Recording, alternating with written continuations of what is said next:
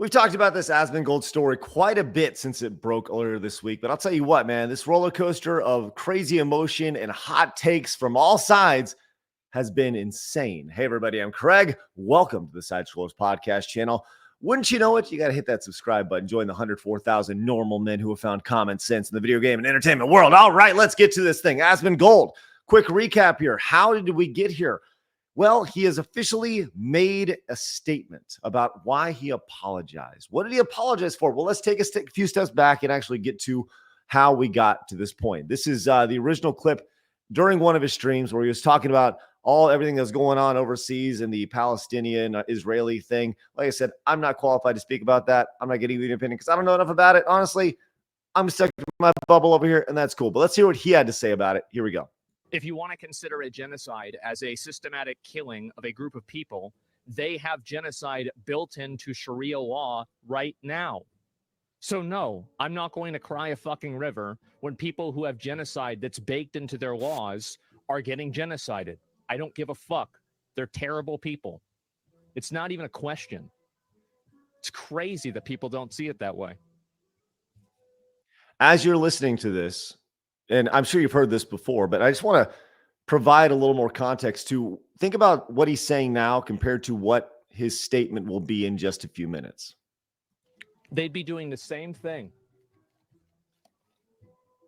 And how much did they kill? As many as they can.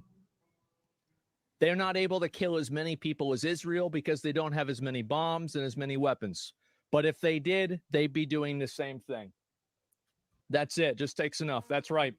These people are not your allies. They are not the same as us. They come from an inferior culture that is horrible. It kills people for their identity, and it is directly antithetical to everything Western values stand for, and it is an inferior culture in all ways. It is that simple. No, I don't feel bad for them. I don't feel sorry for them. I don't care. I don't support them. Okay, so I've heard that clip, and you've probably heard that clip several times leading up to this. And I do think it's important. I think that most of what he said leading up to the part of it being, thinking less of the entire group of people, I actually think it's pretty accurate. Like in a war, right? One company, whether it's country A, country B, group A, group C, whatever, right? The goal of a war is to defeat the enemy, right? And it doesn't matter if you are a good guy or bad guy or whatever. So I think up to that point, it's fairly fair. When he starts criticizing the culture as a whole, that's where I think people got fairly upset about it. But I could be wrong. I don't know. Would love to hear your thoughts about this down below. So he goes out, and the next day he's like, you know what? Looking back on it, I mean, it was too much of an asshole. And he came out on X, and he's like, my bad. And you know what? He apologizes, and it wasn't good enough. Of course, it wasn't good enough. It had 19, almost 20 million views over there. So much so, it wasn't good enough that the companies that he worked with started to drop him with OTK. And this is One True King is what OTK means. He's stepping away from that, as well as his PC company. So, and they more or less, it was like a mutual understanding to step away. So there you go. He then pops out, and he said a couple days ago that he thought that Twitch, ultimately he got banned for the statement 14 days. And he later said that I think Twitch is really bad and inconsistent with bans. I made a ton of videos about it. And I think it continues to be true this day. And Twitch, that is very accurate. Twitch is horribly inconsistent with their bannings, 1,000%. You got people all over the place. You had women sleeping with other people on streams. You got all sorts of titty streamers and all that stuff. It's nuts. It is crazy. There is definitely not a bar that is evenly met for the offenses that are being done. There's a lot of, it's Twitch, right? And I think that's the best. It's Twitch, right? So let's actually get to this. He received a lot of criticism about actually apologizing, because this is a guy who said, you should never apologize. Then he came out and said, well, you can apologize as long as you truly feel like you messed up. He put over on his Reddit account, why apologize? And I wanted to read through this because it's, I think this kind of sheds a little bit of light in here. It says, why apologize? I'm going to use some language here that some people may like, but if you don't like it, you're retarded. Because it was retarded to use Palestinians interchangeably with religious and fantastic or fanatics, fantastic terrorists. Obviously, not all people in Palestine are trash. It really is not that complicated. Also, it wasn't just that issue. Don't let yourself become ideologically captured by a worldview to the point to where it makes you so unreasonable that you turn into what you're fighting against. No one, quote unquote, wins when I stand behind a statement that's false or a mischaracterization. And here's, I think, where the biggest part of this is. His parents, his dad in particular, his dad said something to him, and that kind of was in the back of his mind. And I think what happened was he got blowback, and then he was reminded of this conversation that he had with his dad apparently a year ago. He says, my fucking dad told me a year ago I was getting too harsh on my stream, and I ignored him. Same with a lot of real life friends. I think I've just been increasingly more hostile and negative. That brings a bad vibe on stream. A good comparison. And by the way, he's very much typing like he speaks. Dragon Ball Sparking Zero playthrough versus Wulong playthrough.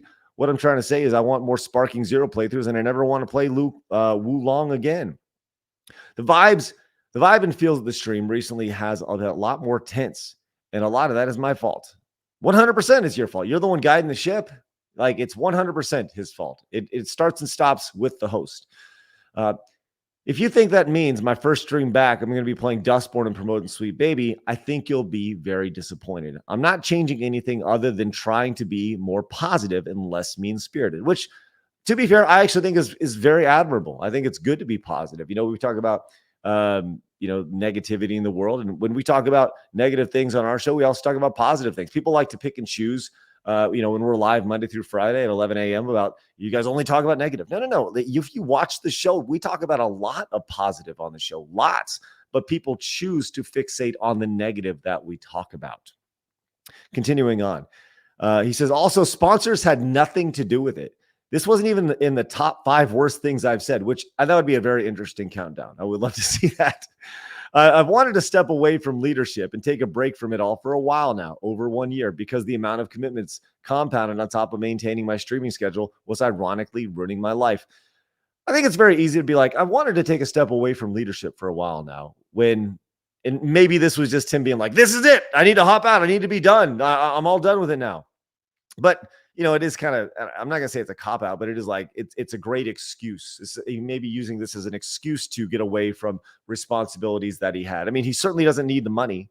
The guy is wealthy beyond belief. He is a multimillionaire, and he could step away for considerably longer than 2 weeks. He should step away considerably longer than 2 weeks.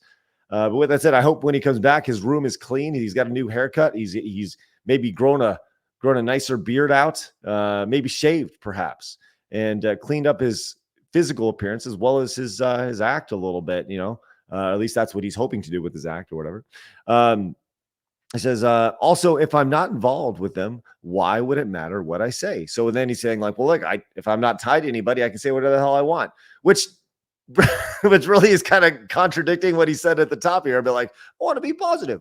I want to be more positive. Well, if you really want to say what you want to say because you're tied to other companies, then chances are what you're going to say could be perceived as negative by somebody, right? And that's the reality, is when you have the size of an audience that Asmongold does, and you speak to that many people, somebody somewhere is going to get pissed off. If I say I like the color green, someone's going to be like, fuck you, I like the color red. Fuck you, you, and you're going to get that. And people are going to be pissed. That just comes with the reality of it. With more eyeballs comes more criticism. And does it make it fun? No. But at the same time, that's just the reality of it, and if you want to step away, my man, step away, go crazy. He says, hopefully y'all can see how this is really a macro issue and not just this situation. My life has actually been fucked up for a while now, and I need to fix it. I'm a 34-year-old single man living in his mother's house with dead animals and garbage. Man, that's a sad statement right there. And I'm sure that he as he was typing that out, he was like, oof. That's a slap in the face of reality. But also not included there, I'm a 34-year-old multi-millionaire single man. So, he definitely has a leg up right here. Although I don't, quote, hate it, I don't want to die this way. Have any feedback or questions? Ask. This last couple sentences here are pretty brutal. I'm a 34-year-old single man living in his mother's house with dead animals and garbage. Although I don't quote unquote hate it, I don't want to die this way. You know, the fact that he's still living with his parents' house. I mean, I'm guessing, I don't know the ins and outs of his relationship, but I would imagine that he either has a really strong relationship with his parents or he just never had the gumption to get out and move. So if you don't have the gumption or the want to get out and move into a new house when you have more than enough resources, right? Number one, do you have the gumption or the energy to be a part of all these companies? And I don't think he does. And I think he's using this as an opportunity to get out from that. I think he just, him stepping back and saying, I need to fix my life is actually a really good thing. Now, I would love to hear your thoughts about this because this is obviously a very, very polarizing is the right word topic. And he's really got it from all sides. So let me know your thoughts about this down below. Is he in the right to apologize? Is he in the right to step away and really kind of fix his life, as he says? I think that everybody should have the right to live their best life. Now, does that involve getting a 2-week Twitch stream to realize that? I don't know. Either way, do me a favor, hit the subscribe button and join us over here, the 104,000 Normal Men. Watch another video for you right here. We'll see you guys next time here on the Side Scrollers Podcast channel.